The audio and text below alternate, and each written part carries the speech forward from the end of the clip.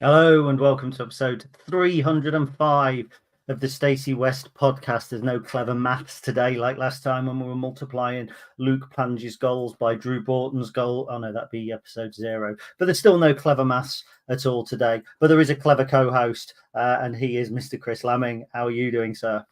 Oh, that's a very nice thing to say about me. Very well now, thanks. How are you? Yeah, that's it started that way.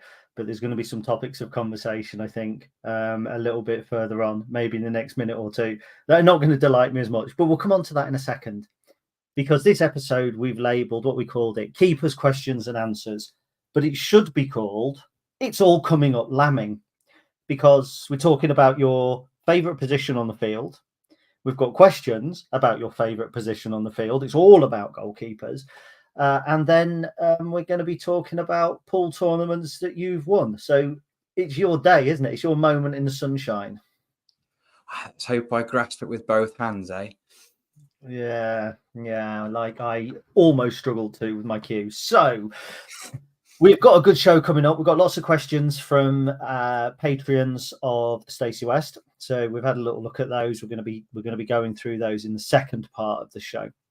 In the first part of the show, we're going to be focusing on what I think is quite a big key area at the moment, which is potential goalkeepers. So we've got some questions about goalkeepers, about the ones that we've got, the ones that we might be getting. Obviously, there's a rumour doing the rounds at the moment, courtesy of Football Insider, that we're going to talk about as well. But first of all, let's get it out of the way. It was I have a summer party up here once a year, apart from the years where I'm getting married, which is only 1 year, to be fair, so far. So I'm not Dave Adams. So we had the summer party. It comes with a pool tournament. The last 2 years, we've had the Grand Withcall Wolds Staying In pool tournament. And the first year, I've forgotten it, to be honest. I can't really remember it. It was a little bit ad hoc. It was kind of on the day. But you won, didn't you, the first year? I did, yeah. But like you say, it was ad hoc. It wasn't a case of it wasn't something that was kind of planned months in advance. It was on the day. Hey, I've got a pool table. Who fancies a bit of a pool tournament? I was like, yeah, all right. And it was maybe 12, 15 or so of us that decided to do it. And I was fortunate enough to come out victorious. That was not last year before, though, of course, wasn't it? So I'd actually kind of forgotten about it until it was brought up on the day this time round. But this time, it was very professionally organised. It had quite a build-up going into it, a good few weeks, if not months, ahead of time. And there was the thing is, it was a good tournament. Bear in mind, those that watching, listening, whatever, there was a retired Welsh international, and when we say retired, he represented Wales earlier in the year, so he's played pool for Wales recently. He went out in the first round to Matt. That was helpful, yeah. It was helpful, wasn't it? Although he wasn't on the side of the draw. One side of the draw featured me, Charlie, Ben, and Chris. Luckily, and it wasn't a fix, I got the blind guy in the first round. Shit myself when he potted 2 balls really quickly in succession, but got through that. Ben went out. It set me and you up in the semi-final. Now, at the time, we're talking maybe 7:30 in the afternoon, evening time. Yeah, something like that. I can't remember anything really after 6 o'clock. I'm going to be honest.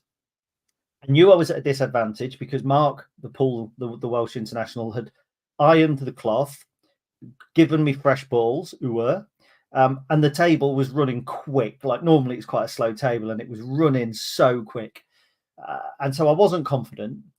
You had played my dad, and my dad had commented that it was all games and sweetness and light for the first 2 shots. Then all of a sudden you got a game face on, went serious and beat him. He wasn't happy about that. He said, Chris got bloody serious.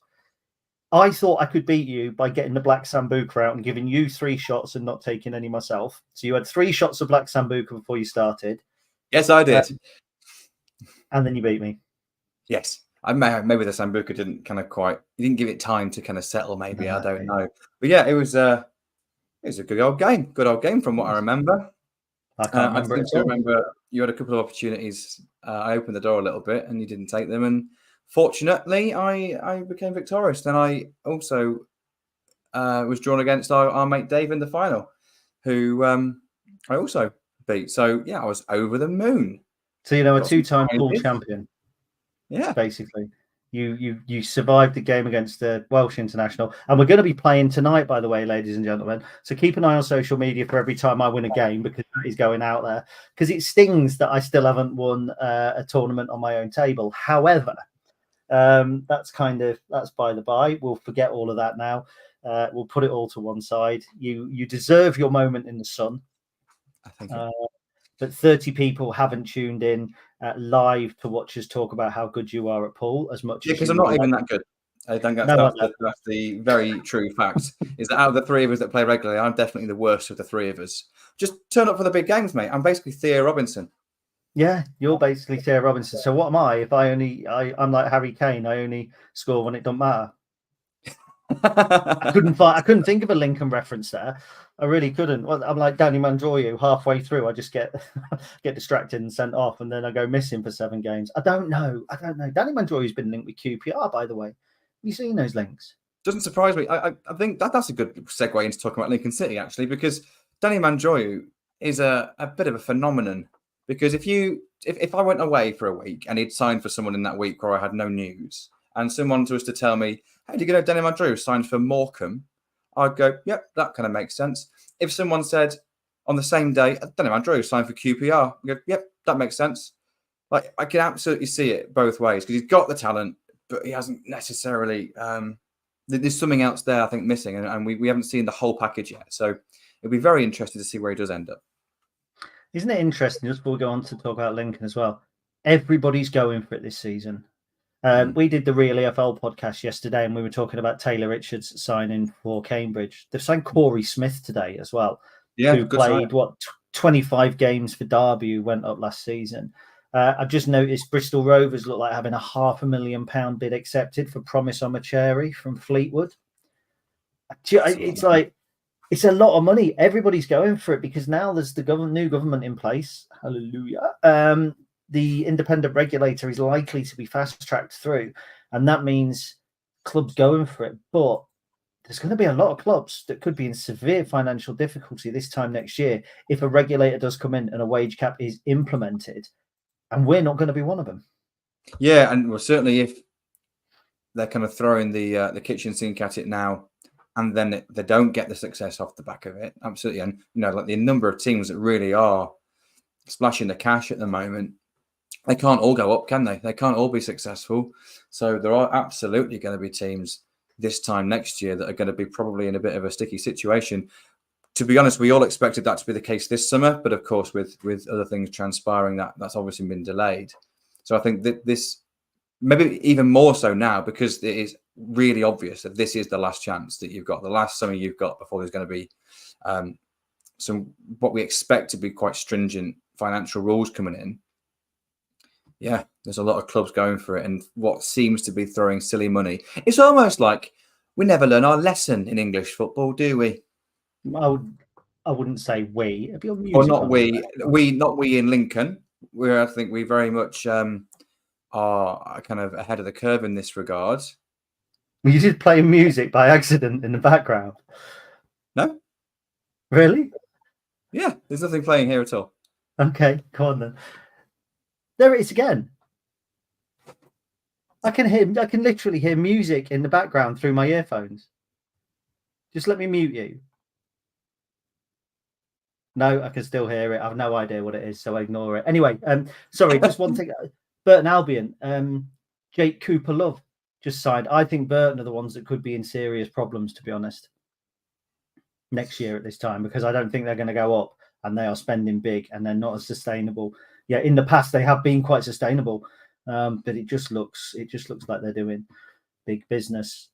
Talking of doing big business, let's move on to the main topic of conversation, because Football Insider yesterday linked us with George Wickens from Fulham.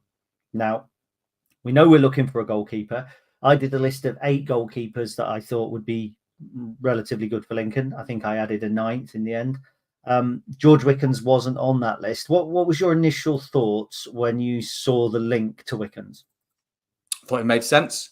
As you're article very rightly pointed out, there are quite a few potential options of a profile that we expect us to be trying to bring in. I expect a young goalkeeper coming in. I think we've got a proven track record now of developing young goalkeepers over the last sort of 4 or 5 seasons. So we're going to be really attractive for someone along those lines. So I can't see any reason why we'd step away from that, particularly when that approach has just made us around £500,000 selling Lucas Jensen. We know that works. We know we can be trusted in that regard.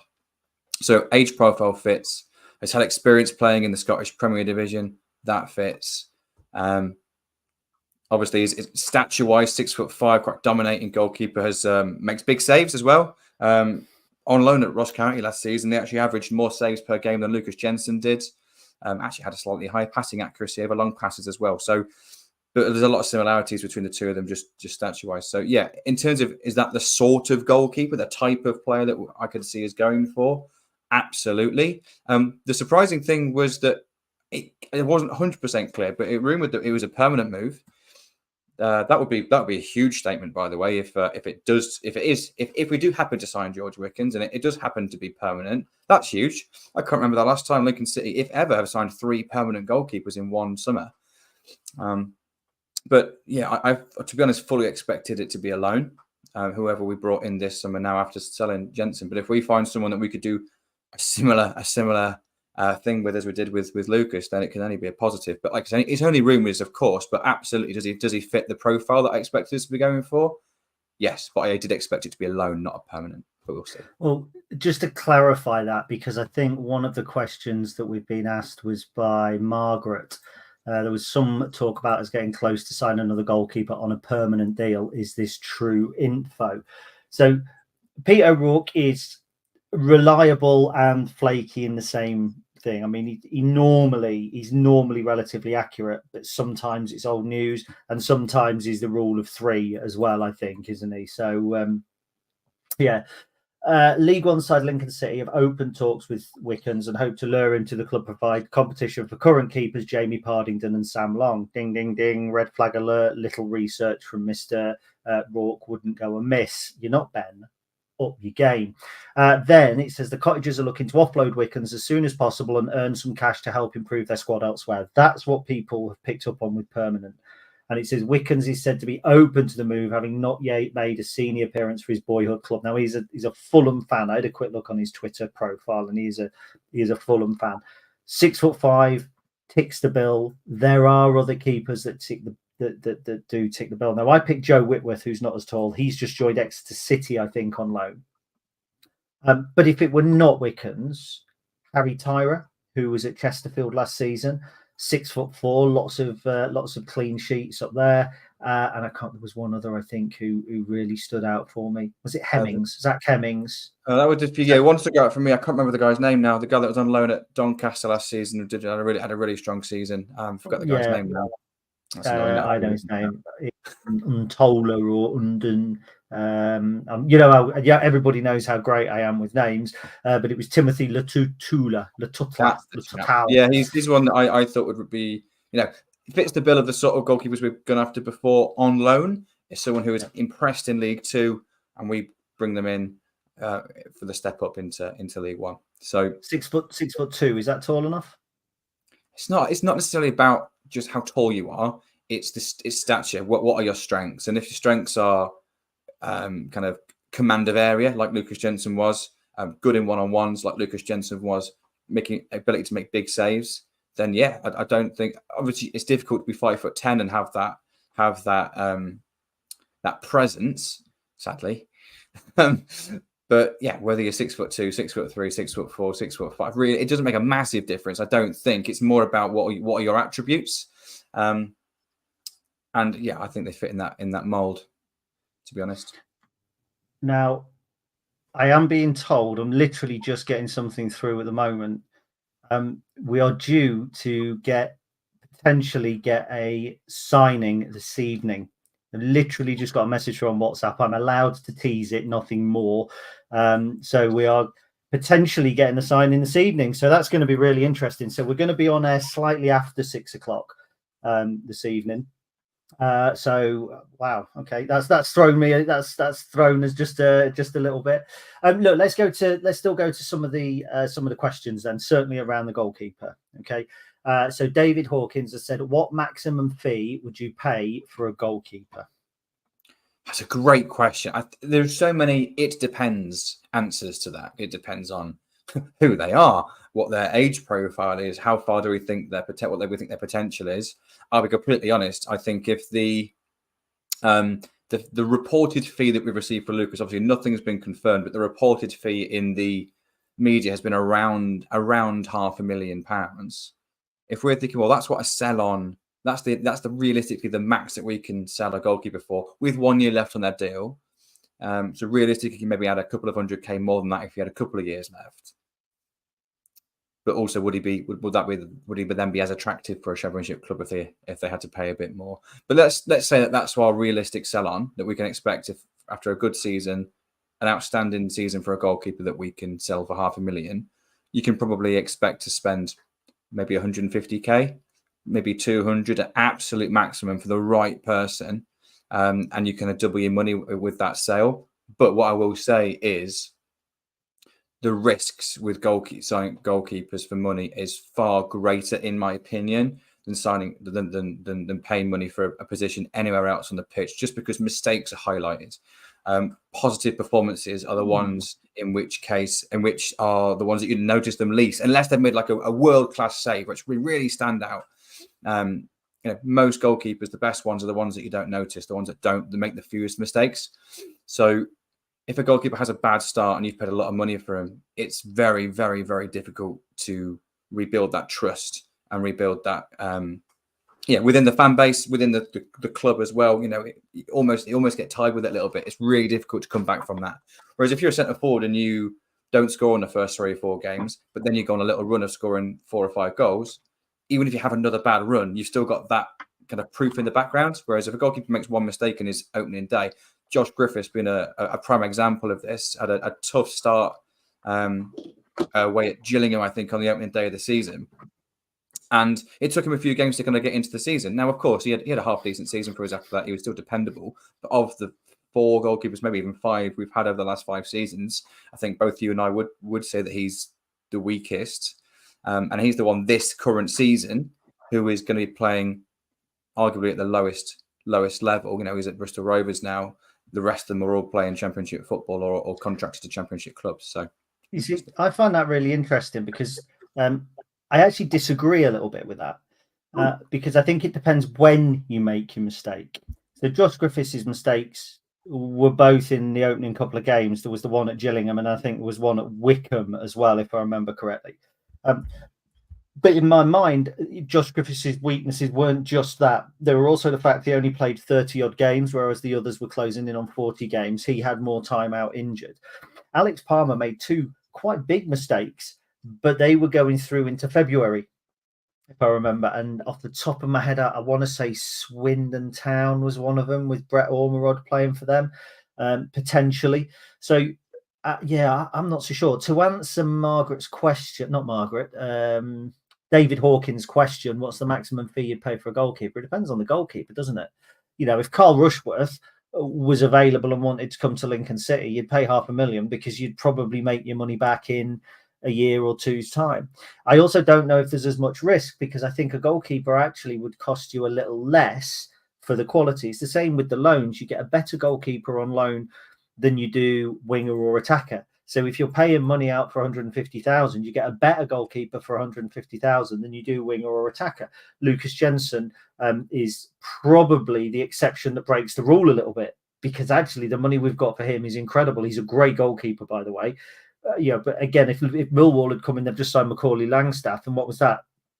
It was a ridiculously low fee compared to what some people have been quoting. So Lucas disproves what I'm saying, but I actually think you get more bang for your buck. So I think if the right keeper came along, if Lincoln City thought that they got a keeper who could be equal to or better than Lucas Jensen, we would pay up to half what we've just got in for Lucas Jensen, whether that be George Wickens or whether it be Zach Hemming or whether it be another somebody who we don't know about, Harry Tyra. But if the opportunity's there, this Lincoln City sign permanently.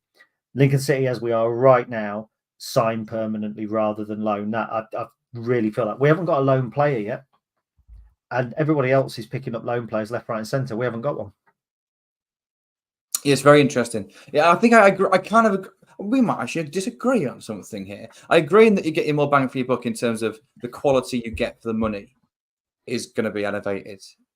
But I also think the potential reward at the end of that, the potential sell on at the end of that is less than of most other positions on the pitch. If you sign a centre forward for 250k, and they have a great season, like look at Ivan Toney. What did he leave Peterborough for to go to Brentford? It was multiple millions. Whereas you wouldn't sign a League One goalkeeper, even if they were the best goalkeeper in the league and they had 3 years left in their deal. You wouldn't get 10 million quid for him. You'd get maybe £1 million at absolute maximum. I think we got a fantastic deal for Lucas. Absolutely fantastic. Obviously, a completely free signing, sold for £500,000. It's just brilliant. It's just brilliant business. I don't expect us to be able to do that every single season, though. You know, that's a once in a million chance. Not once in a million, but it's not something you can do every single year. You know, but if we are to sign a permanent keeper this summer, it would be very, very interesting to see who it is. It'd be very exciting because I'm just not expecting it. I'm expecting a loan.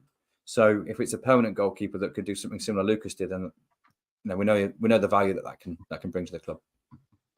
So we're still on goalkeeper questions, if that's okay. Fantastic. I can just hear myself coming through your speaker, by the way. I don't know what's changed. So the question here is from Liam Knight, long-term patron. Thank you very much. If we did sign Wickens, do we think that G-Cock is more of a long-term project than we expected? I originally expected Zach to be number one after a year on loan in League Two National League, but this seems to indicate maybe not. Now, I'll pick this one up while we sort out the gremlins in the system. I don't think anything changes whether we sign a loan player or a permanent player, because I think, let's say it's George Wickens, let's say it's Harry Tyra, and we sign that player for cash tomorrow, Saturday, Sunday, Monday, whatever. The intention is going to be that in 1 year's time, they have progressed so much with Lincoln City that we sell them just as we have with Lucas Jensen. And with a goalkeeper, it's probably something that we're going to be looking at happening a little bit quicker. So I don't think it makes a difference. So the question here is, do we think G-Cock is a long-term project? Yes and no. I think that what we're probably hoping for is that we sell whoever our new goalkeeper is, should they come in permanently. And then G-Cock and Partington fight for the number one position. And one of those two is then at the level that we hope a new goalkeeper has kind of been at for the season. I can see us changing our goalkeeper year on year on year. And we've had a really good record with goalkeepers of late. Borrowing them, yes, but our own goalkeepers, we haven't. Because the players that we've actually had, the likes of Josh Vickers, for instance, ended up going for nothing. And look where he is now. But when you look at the goalkeepers in the Championship, Carl Rushworth, Alex Palmer, Josh Vickers, they're all going to be playing Championship football, and they've all come through Lincoln City. Lucas Jensen, that's 4. So I think G-Cock and Partington are both long-term projects, as Wright and Sam Long were. They may happen, they may come off, they may not. But I don't think anybody coming in permanently changes that, Chris. No, I agree with that. I think it doesn't change their situation. I think, once Lucas was sold, maybe from their perspective, they probably think they've got, maybe their chances have been maybe fast-tracked a little. Maybe you don't know what the conversations have been had, obviously between them and the club, but it sounds in terms of the press release when they both signed that both of them came in without the expectation of being a number one this season. Both of them potential number ones for future seasons. How far in the future, we don't know. That hasn't been mentioned. Maybe the length of the deals indicate what that could be. It could be next season. It could be the season after. They could just be reliable backups. It could end up doing a Jordan Wright, who was a very dependable backup for us, but never really broke into that first team. So, yeah. But you've only got one. Only one goalkeeper can play. The other one can't come on for half an hour to change a game. That's the thing. You can't. If you play a winger or you play a right back, you can come on somewhere else on the pitch and you can still stake a claim and make an impact. As a goalkeeper, only time you get to play is normally because of injury, or unless the other goalkeeper has had significantly poor form. So, yeah, whoever we bring in, we're gonna. I imagine we're gonna stick with for this season, and those other two we're probably not going to see too much of, and it very much will depend on their performance this season at their respective clubs. Whether I think it maybe seems like Partington's going to be back up here, and maybe play cup games, and then G-Cock go out on loan. But yeah, anything can happen yet. Okay, so we've got like a whole raft of questions, and some of them kind of overlap. So my apologies to anybody listening if we ask a question and then kind of the same thing comes up a little bit later on. So first of all, we're going to get a question from Pat Hepp. So thank you, Pat. He's a recent patron. It's appreciated.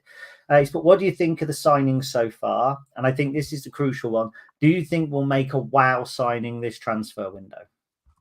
So I'll throw that over to Chris. I think let's first of all, rather than going generally over the signings, because I think that's that comes a little bit later on as well. Do you think we'll make a wow signing?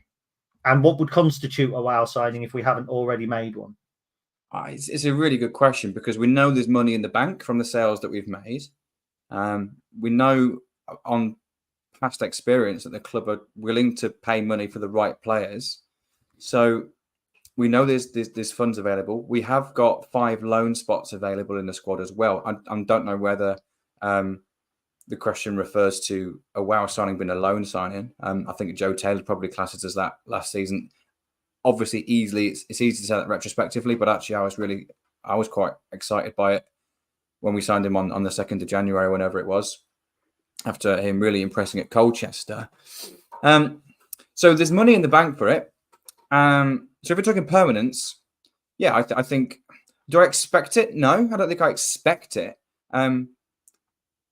But could I see it happening? Yeah, I could see it happening late in the window, because you never know what happens late in the window. You can have your key targets, and then if you've given yourself that flexibility to act when the window goes a bit mental in the last week or so of it, yeah, I think anything can happen. But I think what's really interesting now and really comforting is if we didn't make a wow signing, we've still got a really competitive squad. Now we know we need to sign, a centre back or two, and maybe another wing back potentially, or another midfielder, wherever. But we know certainly at the back that's where and the goalkeeper, of course, that's where we need to add.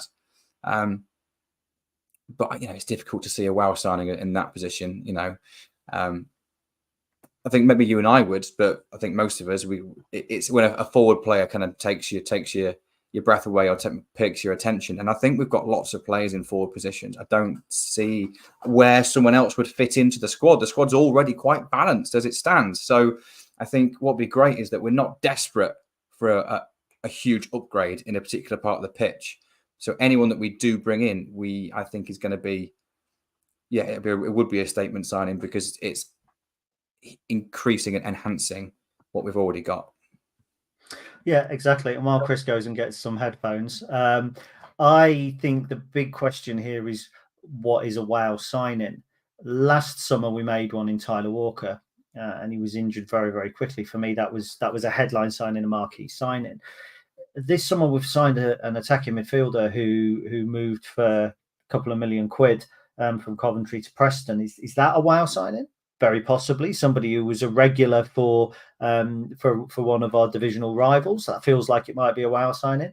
You got JJ McKiernan, who again, people probably outside of League Two think he's a project player, but actually I know there's a lot of excitement around the club. Ben House wasn't a wow signing when he came in, but actually he's gone on to be one of our strongest players. Lass wasn't when he came in. Lucas wasn't when he came in. We signed the window that Lass signed was generally regarded as a really bad window, but actually we turned Lass into a £400,000 player. We got Ted Bishop for the 3 seasons. It didn't end up being as bad as it looks. So I think it's interesting. It would depend what you class as a wow signing. I would rather we made several sensible, solid signings, and the likes of McGrandles and Bayliss and McKiernan and Doriqua are that, in my opinion. Do I think we're going to make bigger signings? Potentially, because we've sold players for up to £1 million. And whilst that doesn't make any difference to the outgoing players, selling those players will make no difference to whether Ethan Arahan stays or goes. That's set in stone. We know that's going to happen. If a bid comes in for him, he goes. Simple. No difference.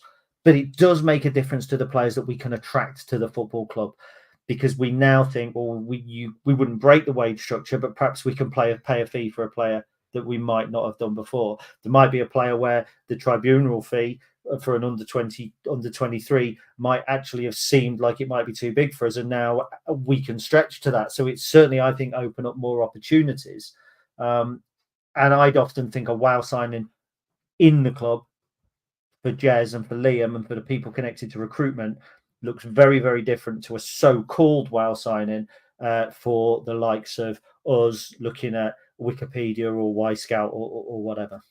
Yeah, I agree 100%. So I know it had been out of our price range and it wouldn't really fit in with our recruitment strategy anyway. But Macaulay Langstaff, for example, someone who's impressed a lot at the lower levels, but he's 26, 27, maybe even 28 now.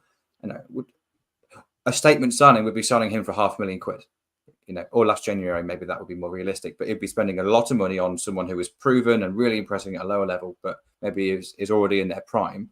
That would be a statement signing, but it's not a very Lincoln City signing. It's not a very sensible signing in terms of selling them on and then continuing the growth of the club. So, yeah, I don't expect to see anything that looks like that. I don't expect to see us pay huge money for anybody at all. But I can see some really exciting signings coming in, certainly. Excellent. And so Pat said, what do we think of the signings so far as well? It kind of moves into the second question. So it's like any signings, when they first come in, they're world beaters to some. The question marks are over them for others. On paper, our transfer policy this summer has been robust because we've signed players proven at this level. We know when Conor McGrandles goes out on a football pitch in League One, we know the quality that he has. We know what he's going to do. We know what he's capable of. Tom Bayliss is the same. He didn't have a great season with Shrewsbury, but you know what he's capable of. He's played this level before. There's no question marks. McKiernan is like this season's Ali Smith, but I think probably more suited to what we want in terms of his position. I think with Ali Smith, Ali Smith was unlucky, and I think he goes and be a success at Wimbledon, and then next year moves for free somewhere else, and he would suit a League One side. Some League One sides would be lucky to have Ali Smith in. So it wasn't a bad signing. But on paper, we were raving about that last summer, going, this is a really interesting signing. Look at his goals, look at his assists, look at his physicality. So I don't think it's a bad summer, but I didn't think it was a bad summer when we signed Danon Lundaloo, Chris Maguire and Hakeem Adelican, and those three didn't work out. And that's not because I'm a sycophant. That's because I always look for the positives in a player. You don't see a player coming in and think, well, he's not going to be very good, unless you're like one of the guys that sits next to me where literally everything is not good enough. Not that's not Matt, I meant on my other side. Literally everybody starts. It's guilty until proven innocent. It's shit until proven good. Whereas there's fans that are good until proven shit. So, it is what it is. But to answer your question, Pat, personally, I think we've made good signings so far. Yeah, me too. Really satisfied so far. I think the 4-year contracts offered to McKiernan and Street say quite a lot in terms of a wow signing. I think just the fact we're offering 4-year deals out now at Lincoln City. When's the last time we've offered a 4-year deal out? Yeah, I think that they're exciting signings, but they're also they sit a certain profile. But we've also signed Tendai Darikwa, which is probably outside of our normal strategy, but it's there to fill a very important role in the squad. So I think we are still adhering to the model, should we say? But also we're not sticking to it like glue. We're not sticking to it and then refusing to move away from it. For the right player in a different profile, we're making moves for them that help the club now. So we're kind of looking after the here and now, but also looking after the future as well. So yeah, they're not all going to work out, but as it stands now, there's no one that jumps out for me to think, oh, this is a strange one. This is one I'm not too sure about. We're Lincoln City fans. We want the best for the club. We know that there's always going to be a reason that every single player has been signed. I think most of those reasons, even kind of armchair fans like you and I, we don't know all the behind the scenes conversations. We just look at players and see the value that they have. We can we can see why they're going to fit in. Ultimately, every single sign that we've made, you can see where they fit, and I think that's a real positive. So I'm quite satisfied so far. Excellent, very good. I don't know if it's just my end that your connection just keeps dropping out a little bit. I'm hoping that it's probably just at my end, but we shall see. So John Davison, active in our Patreon Discord. So John has said, looking at the signings made and those that have gone, where do you think the Imps will finish at the end of the season? And do you think the board are aiming to get to the playoffs? So I'll pick up on that briefly. I've literally no idea where we'll be at the end of the season. It's the hardest League One to predict in many, many seasons because there is no clarity between who's going to be good and who's going to be bad. I had Cambridge down as bottom 4, but they've made some really good signings. Burton on paper looked really good, but Fleetwood looked really good last season. It's just so hard. There's so many big clubs in there. So I'm not going to make a prediction until we are literally on the cusp of the season, in case we do make one of Pat's wow signings. However, I am going to say the board will be aiming to get to the playoffs. That's the aim. It was the aim last season. It will be the aim this season. You're never going to go into the game into a season and go, well, we're aiming to finish 10th. Not when you finish 7th the season before. It's a challenge, but remember, cost per point. That's what Harvey always talks about, cost per point. And with the money coming in, I think that there will be slightly more expectation, but there's a slightly more money perhaps flowing around, so we're expecting slightly more points. Whether we get it or not is a completely different question. It certainly is. Yeah, it's so difficult to predict at this, particularly this early in pre-season as well, because so many clubs have got so much more business to do yet, and there are big clubs that in this league. There's no denying it's a much more difficult league this season, but I think we're probably in a slightly better place to attack it. It's impossible to know where we'll finish. I'm hopeful that we'll be in and around the top 10, and rather than having a late surge towards it, that we'll be kind of hovering around there for the majority of the season, and hopefully still be able to push in the playoffs towards the end. But who knows? But yeah, there's no doubt it's going to be tougher this year. But yeah, absolutely, the club are ambitious. The board are ambitious. They absolutely want us to progress. But I think I'm hoping there's a realization and a sensibility behind the scenes, just knowing that there are a lot of clubs throwing silly money at this season. It is probably going to be slightly more difficult this time round, but that doesn't mean it's impossible by any means. Very good. Right, so we have 4 more questions from the floor, but let's take one from YouTube now. Dale Warner, who has come in whilst we have been on air. And he's put in his podcast with BBC Lincolnshire, Jez said that any deal for Ethan had to be early, as Ethan and his agent didn't want it to get in the way of his football. Okay. When do you think that cut-off is? Well, I also think that the idea was more for us that we didn't want a last-minute sale and then be scrambling to replace him on deadline day. So there was probably 2 angles to that, Dale. I'll pick this one up first of all. I probably don't think there's a cut-off, if I'm brutally honest. I think that if in the week before the season starts, somebody comes in with, let's say, 1.whatever million, anything that's 7 figures or more, because that's, in realistic terms, that's what we're looking at. We're not looking at 3, 4, 5 million pounds for a defensive midfielder. Ain't going to happen. If we had said to Ethan when he first came here, you can leave us if we get a bid of 4 million, he would have gone, well, I'm not going to come then. I'll stay at St Mirren and get a move to the Championship. So it's got to be a realistic price for people to hit. So that's going to be a 7-figure sum, but it's going to start with a 1. I don't think there's any question in my mind about that. If somebody comes with that, we take it. And if that's, I genuinely think if that's 3 or 4 days before the end of the transfer window, then so be it, basically. Yeah, I imagine there was a preference that if he was going to leave, that he would leave early. Maybe the acceptable price that the club would be willing to take maybe increases towards the end of the transfer window as the buying club might get a little bit more desperate. But ultimately, if similar to Lucas, obviously I appreciate that was much earlier in the window. We turned down 3 or 4 bids for Lucas Jensen before Millwall stumped up the fee that we were demanding. And I think if on deadline day someone does pay the fee that we are asking for Ethan Arahan, as much as it wouldn't be ideal and it wouldn't be the club's preference, if someone was to say, let's just say, for example, 1.5 million on deadline day, thank you very much, see you later, good luck.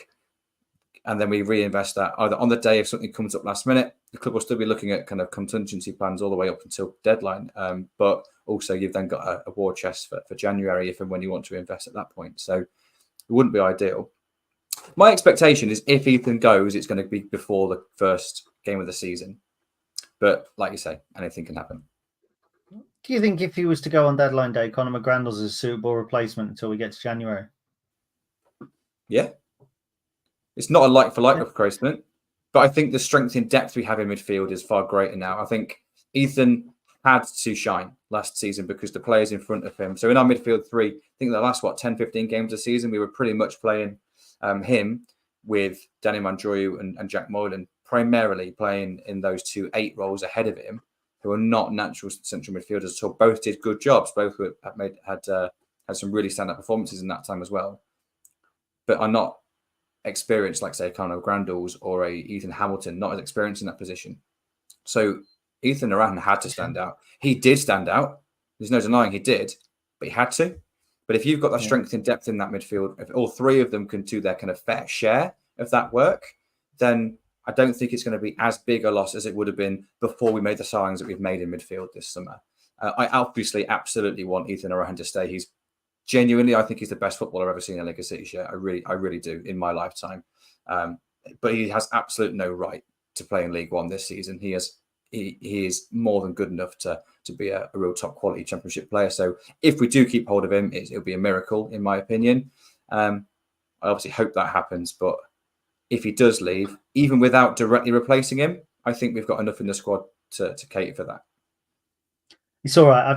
There's all hell breaking loose around here, right? The dog's been kicking off. There's been all sorts going off all over the place. I've just realised my mum's turned up, and I said you're going to have to ring and let us know beforehand if you're coming because I'm going to be recording. It's going to be tea time, and my mum's turned up.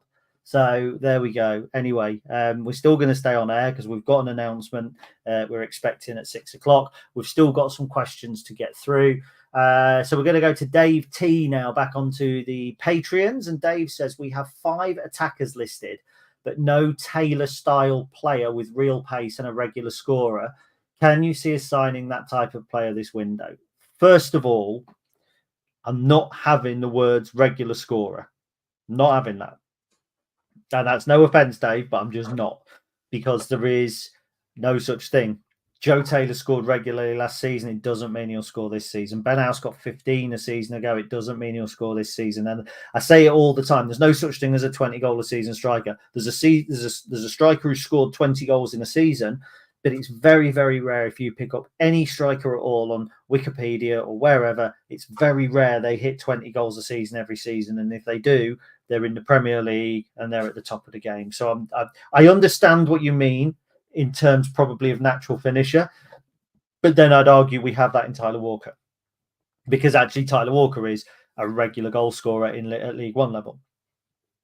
And then I would say with pace, I've heard quite a few interesting things about Rob Street, particularly from Cheltenham fans, but from 1 or 2 people that I speak to around the club, there's a real feeling that Rob Street is as quick or potentially quicker than Rico, which is interesting. So we might have that.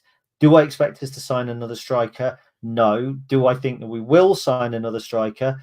It's possible, because I think we may wait until... I don't think we're planning on bringing a permanent one in. But there's the Scandinavian player that, my understanding is that's not a dead end street, but we don't know what we're expecting or when we're expecting it. Is he a striker? Is he an attacking midfielder? I don't know. The loan market might throw something up in the final week of the season. It might be that we get to that point and the Championship club goes, actually, we don't need this striker anymore because we've just signed, I don't know, whoever from a Senegalese striker or something. I only say that because I wrote an article about a former West Brom Senegalese striker who's just moved into the Saudi First Division earlier. But anyway, and then a player might suddenly come up and we might go, oh, all of a sudden we've loaned to Brennan Johnson because he's not going to play for his team. And I can see that happening, but I don't know whether it will or not, but it's feasible. It's not beyond the realms of possibility. So that's where I think we are with strikers. I think we're happy with what we've got, but I think if we have an opportunity to strengthen that pack that we weren't aware of, we'll take it. Agreed. Yeah. So, for example, if Joe Taylor suddenly becomes available on loan again, I think it'd be silly to say no to that. But you've just got a lot of people excited there with a throwaway comment, because people will now go, what, Joe Taylor? No, I think it's completely unreasonable, by the way, and not happening. But I'm just saying, if whatever move that he's likely maybe going to have, who knows, falls through, and on that deadline day he thinks, oh my God, I'm not going to play much football here. He's surplus requirements at Luton, and we've still got a loan spot available, which it sounds like we will do. Then yeah, it wouldn't surprise me if we asked a question, but I massively agree with you. We don't need him. We don't need a like-for-like replacement. What I quite like about the 5 strikers that we've got in the squad at the moment is they all offer something slightly different. Pace element, I think we haven't really given Rob Street a chance in that regard yet. We also haven't seen Tyler Walker play for ages. You know, we don't know where he's at in terms of that kind of ability to kind of get in behind defenses. In terms of that kind of proven finisher, we know Tyler's ability inside the 18-yard box. Okay, we haven't had the opportunity to see it for ages. Again, that's the one for me where the biggest question mark is. But yeah, we've got 5 centre forwards, and we're going to be playing with 2 up top. That's 3 centre forwards that are going to be missing out every single week. Yeah, I think the club have done probably what we would do in regards to Ethan Arahan. If we lose Ethan Arahan, we're not necessarily going to replace him like for like, but we've got the depth in the squad to kind of cover that role really well, and kind of got extra support around it. And I think that's probably the same in the centre forward position with Joe Taylor. We brought in Rob Street, and we've got Tyler returning, plus a resurgent or an emerging, shall I say, Draper and Makama, who are all, I think both of them will back themselves to be first team players this season. So, yeah. A conversation I had around with somebody at the club back in December was, and I think it was before we'd regularly played the 2 up top.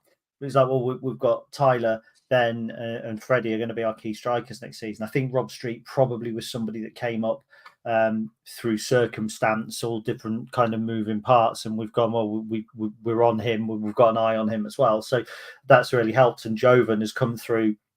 I think Jovan's development at the back end of last season probably surprised most people. May have surprised Jovan. It certainly surprised us. So I think that's quite an interesting angle. Just really briefly, we ought to touch on the Preston friendly, and I'm already aware all we've done is answer questions, and we're running close to 6 o'clock anyway. 13 minutes to go. But the one big thing I think to come out of that, other than Lewis coming back, and look, it's pointless us sitting there and going, it's a good thing, because it's stupid. It's like saying, I found a 10. Well, that's a good thing rather than a bad thing. Of course it is. Lewis coming back is good. It's a given. There's no point in us discussing it. It's mind-numbing if we do it. But it's not mind-numbing to say, is there a question mark over Tyler? He's rolled his ankle. His foot's in a cast. We don't really know what the situation is. So it's rude. It would be wrong of us to speculate. But like, I went round my dad's the next day and literally walked through the kitchen. Bloody Walker injured again. And it's like, well, we don't know what it is, Dad. Well, he's got a bloody cast on and he useless, need to get rid. That is a train of thought that will sit with some people. And yet the next day, Marcus Kabala puts an interview out saying he's looked fit, firing, ready. He's looked hungry. He's looked really good.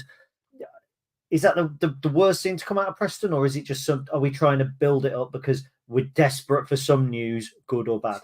Yeah, I think there's always that clamour for news, isn't there? Particularly at this time of the season where there isn't league games and points to be won. Like, we want something to keep us engaged. But there's no denying it's a shame, and there's no denying that it does pose a question mark. He's missed a lot of football recently, albeit with one big injury, rather than, it's not like he's had lots of niggles, is it? It's not like he's just kind of, I feel this is harsh because we kind of backed Ted last season because he made 30 plus appearances again. But you didn't see Ted out of the team for 6 months. You saw him out of the team for 2 or 3 weeks, and he was back in, then he was out, then he picked up something, then he was back in, then he picked up something else. That hasn't happened with Tyler, really. He's had a couple of really bad injuries that have been really large and long term, but he hasn't been an injury-prone player that's been susceptible to lots of different injuries throughout a season. And it's pre-season, like it could be in training today. We have no idea. It could be absolutely fine. But is it a concern? Yes, it's a concern. But we've still got 4 centre forwards in the squad, even if he is injured for a little while.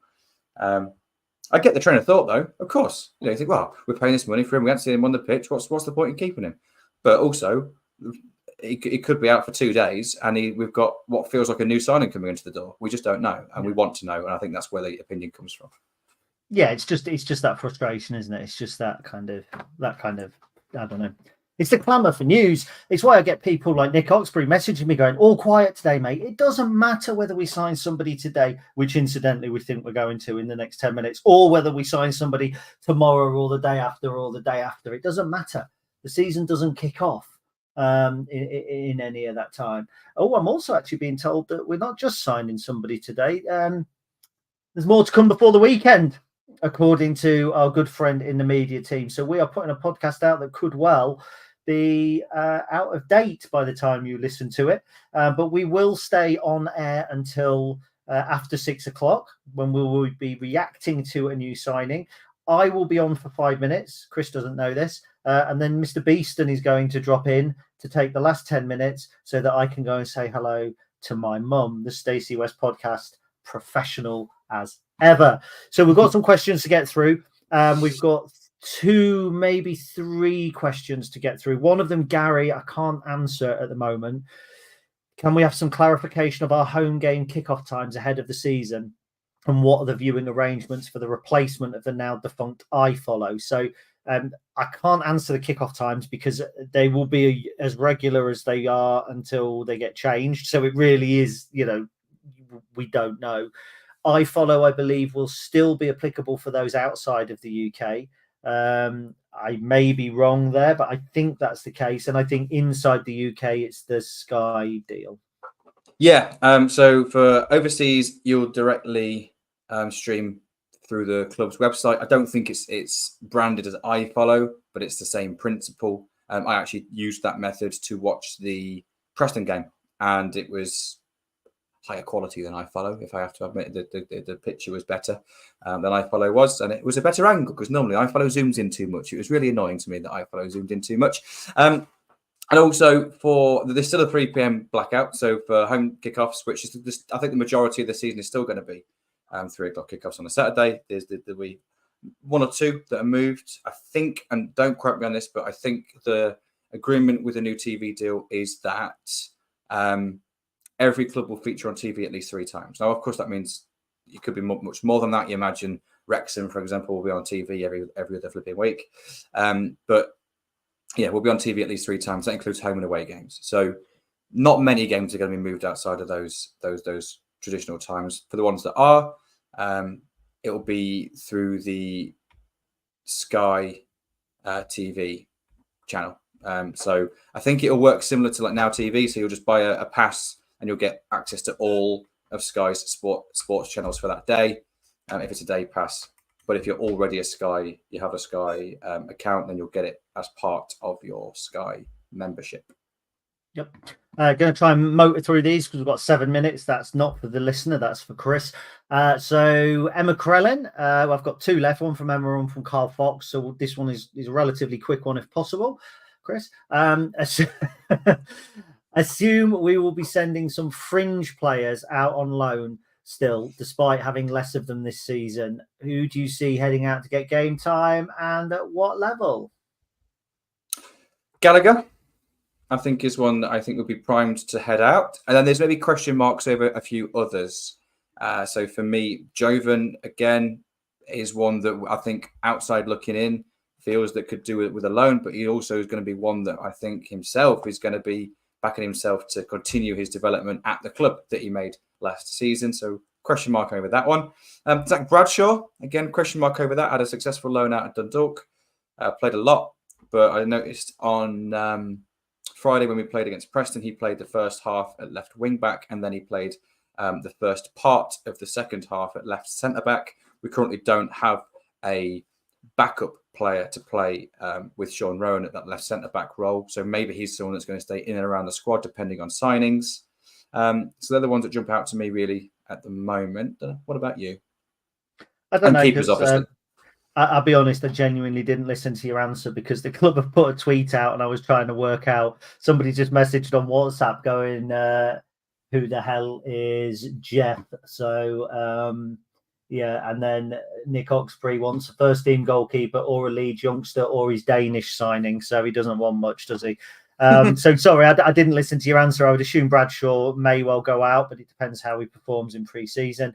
I wouldn't be surprised if Dylan Duffy doesn't now get a loan move. Based on what has happened recently, it wouldn't be a massive shock. Almost certainly one of the goalkeepers. I think almost certainly Ocean Gallagher.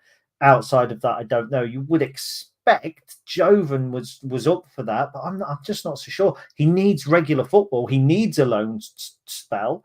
But do we have somebody who's both big and pacey? I don't know. Is that what you said? I don't know. I'm laughing because we basically said exactly the same thing. Yeah, have we said the same thing? Have we? Okay. Other than I didn't say Dylan Duffy. I didn't say Dylan Duffy. It's a really good point you made about Dylan. Yeah. I think if Dylan does go out there, we'll see Zach stay as the other left wing back option. But everything else is identical. That's hilarious. So, with 5 minutes to go, let's take the last question, and it's a good one. It's from Kyle Fox.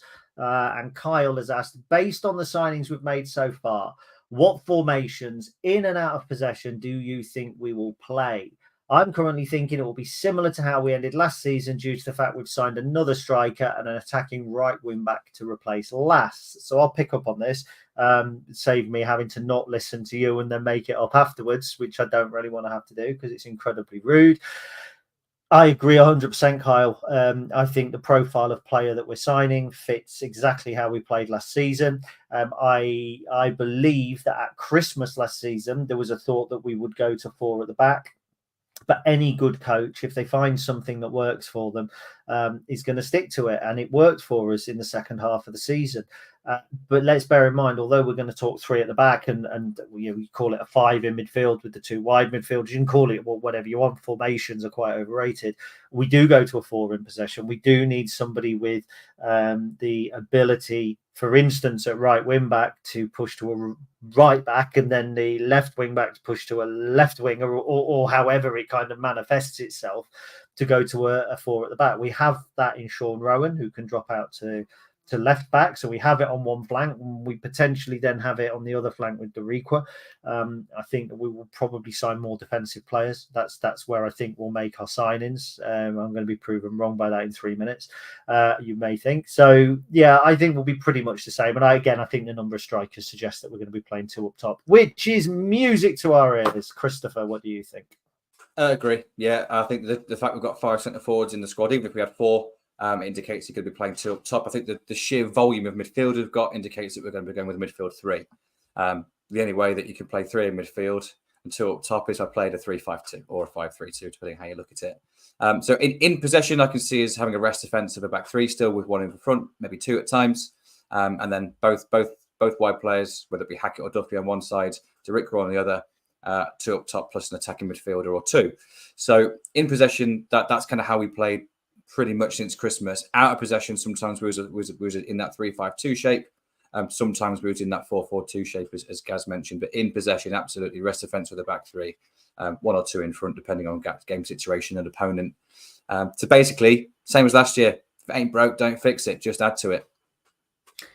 So we're coming up on a new signing. We know it's going to happen. We've had a teaser that's I don't know exactly what it is. It's a film of some description with somebody saying the word Jeff. The understanding is we're probably not going to sign Jeff Horsfield, and we're probably not going to sign Jeff Hughes. So it's interesting. Now, look, when we went on air, we didn't know this was going to happen. Genuinely, hand on heart. So it's quite interesting. We're going quite ad hoc here. When we went on air, what position did you think the next announcement that we made would be? Goalkeeper or centre back. Goalkeeper or centre back. So that was exactly the same as I was thinking as well. And I'm literally padding now for what could be a minute and a half. Obviously, you and I right now do know who the signing is, and we've been frantically trying to do research at the same time as broadcasting. So I'm not going to release anything until we get closer to the time. 41 people are watching. Hopefully you're all as excited as us. Anybody want to quickly put in the comments what position they think we're going to sign as well? Interesting. I think that we've been told by the media team that we can say there are more to come. I think that this was expected after Lucas's sale. Look, we're expecting a goalkeeper. We've talked about that at the top of the show. We're expecting defensive players. But what we are also expecting any minute now, he says, quickly refreshing Twitter to see if it's gone live, is a new signing for Lincoln City any minute now. And I'm literally just going to pad. I'm literally just going to talk a little bit. Dale Warner thinks we might sign a winger. Thank you, Dale, for playing along and making it Thanks, Dale. slightly less awkward for us. So a winger named Jeff, possibly. Is that what we're talking about? Is there? Who's- It's not a very Scandinavian name. who of our Chris. Lincoln City have secured the signature of midfielder Dom Jeffries on a 2-year deal with a further 2-year club option. That's really interesting. So the full press release goes. Dom Jeffries on a further 2-year club option. After coming through the ranks at Newport County, Jeffries spent time at Brentford B and then signed for Gillingham in 2020, where he was named the club's Young Player of the Year in his first season. The 22-year-old clocked up 71 appearances in all competitions during the 2-year tenure at Priestfield and will now join City following the expiration of his contract. Jeffries said, "It feels good to be here and I'm glad everything is done. Since I've been here, everyone has been so welcoming. It already feels like home, blah, blah, blah." We know all that sort of stuff. He said it's good, get going. Michael Scabala said, "Dom will add real strength in depth for us in midfield and he's different to the other midfielders we've recruited this summer. He can run all day, but our recruitment department have also identified through data and live scouting the intensity of work, which is so important on how we want to play. He's another young player with the character and mentality we want, has the physical and technical attributes we were looking to add to the group and showed a huge desire to sign for us, to trust the club with the next stage of his development." I also, before we go on, want to point us to a report from May where it says, this was Football League World, Millwall are monitoring Gillingham midfielder Dom Jeffries ahead of the summer window, but they will face competition for his signature. That competition, when we get further down here, they won't have a free run at the youngster, as Hungarian side Fehervar have offered Jeffries a deal as they look to bring him in, whilst they also explained back in December that Hibs were looking at the player. Another one with some real pedigree, young, 2-year, but in real terms could be a 4-year deal. Massive surprise, I think, if we're honest.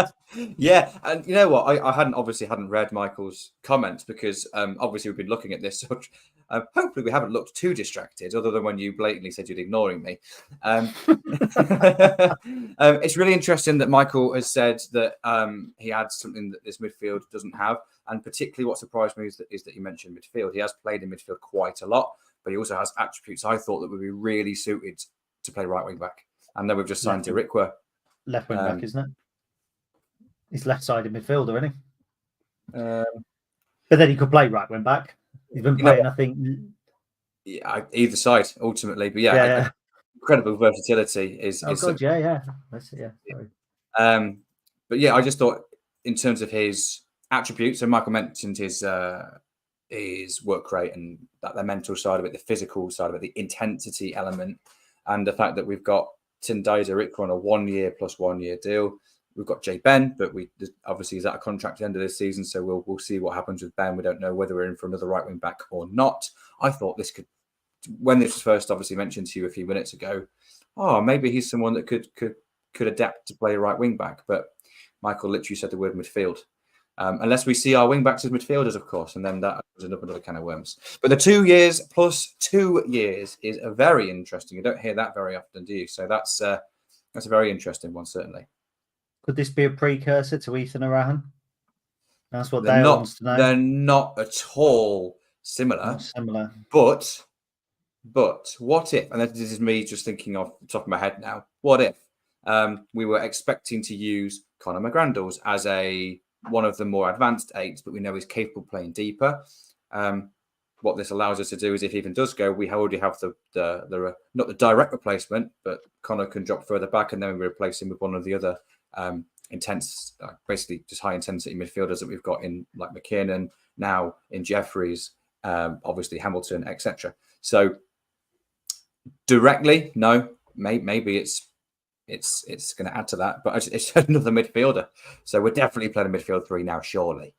Yeah, I think so. Right. So obviously this is actually a podcast that people are listening to, but we're also live on YouTube. So we're kind of reacting to it. So people listening in will already know a little bit about the player anyway, because this will be going out later on. So I'm going to disappear in a minute. So I'm going to bring Charlie in right now. Charlie, how are you doing, mate? You all right? I am very well. You caught me by surprise there. I was just reading something. But yeah, it feels like deadline day where we're reacting live to a signing on YouTube It does. thing. Yeah, it does. I feel a little bit bad because obviously we haven't got Ben in, unfortunately, but it does feel like deadline day. Look, I'm going to disappear now. I'm going to hand you over to Charlie to finish off the presenting, purely because I've got my mum out there. I've got to eat a curry before Chris comes over, gets beat at pool, but he don't get a trophy for it this time. But yeah, interesting. So just to clarify, obviously we've signed Dom Jeffries, Charlie, and I'll hand over to you and chat to you boys later, but another 10 minutes or so and then wrap it up because I know Chris will still be talking next month. So thank you everybody for listening for me, and Charlie, we'll get your opinion on the player, mate. Yeah, I think this is a great signing. You know, it was funny because this is the first signing since Derek was come in, isn't it? Because obviously we were over in Spain. Obviously we weren't, but the club were over in Spain, and that was a signing that a lot of people were surprised by because it was totally different from the normal recruitment strategy of the club. Yeah, now we've just kind of gone back to exactly what it is that we typically expect from transfer. So it's nice. It gives a little bit of sense of normality again when we're bringing him in. But another midfielder, that takes the number, I think, to 7 first-team midfielders. 8 if you want to include Jack Moylan, who played there in a good few games last season as well. So... Yeah, but the thing is, whenever we've just spoken about the squad, whenever we discuss the strikers, the forwards, we don't really include Moylan in that discussion. We say we've got 5, but if you put him in there, we've got 6. But he doesn't always tend to feature in the central midfield discussions as well. And obviously, he's there. I actually played in central midfield in one of those more advanced roles in the friendly against Preston. So maybe that's where he's going to continue. So, yeah, we've got quite a lot of players, haven't we, Charlie? It's nice considering you think about last season. The first half of last season, it was our forwards who were out, and that was what cost us points. And then in the second half of the season, we started to have a few midfield issues in terms of squad depth at certain parts. Now we've fixed those issues. So guarantee we're going to have absolutely 0 defenders come September 2nd. It's just going to be the way it goes, isn't it? I do fully expect us to bring defenders in. It's the fact they're not in the club right now means that we're having this discussion. But I think Ben and I may have mentioned this, or maybe me and Gaz a few weeks ago when we were talking about how the squad's shaping up. And this is obviously before we've made 2 of the 3 of the signings that we have since. But we just said that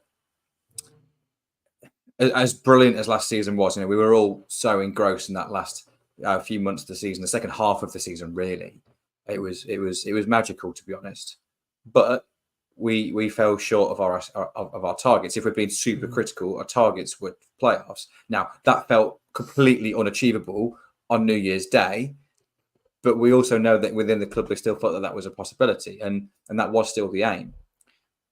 The main factor that held us back from achieving that, in my opinion, and I think this is hardly a hot take, is squad depth.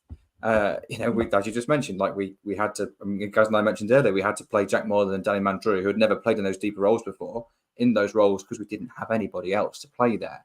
First half of the season, we struggled to score goals, primarily because of the style we was playing, but also because of personnel. We were missing them. So what it seems like now is we're doubling down on making sure we do not get caught out in that regard. Again, we have the depth. So that if someone misses out through injury, there's someone else ready to come in of an equal quality. So now I'm looking at the squad now and I'm thinking, I can't pick a best 11. I cannot pick a starting 11 at the moment that I think is going to be our first 11. There are so many options and all of them have different kind of strengths. So even now with an incomplete squad, it's exciting now.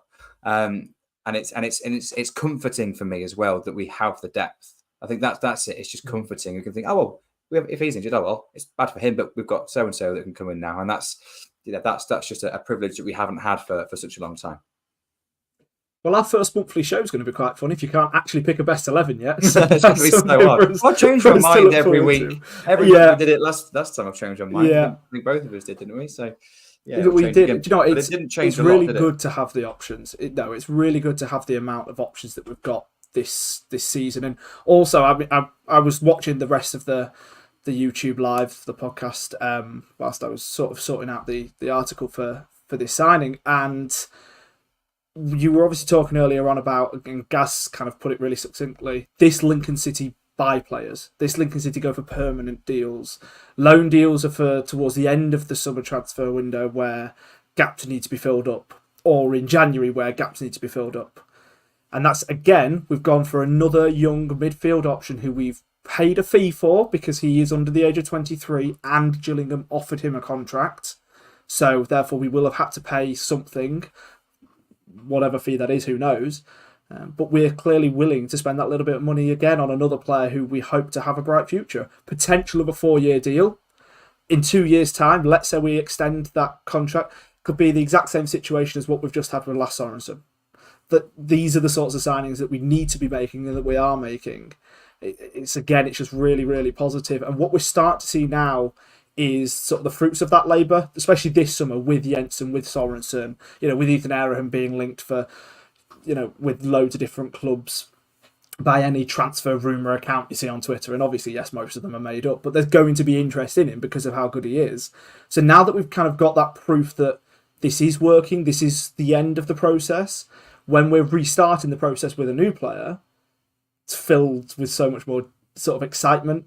Because in the meantime, hopefully, we've got a really exciting young midfield, versatile option as well to be in our ranks for the next season or 2 or 3 or 4.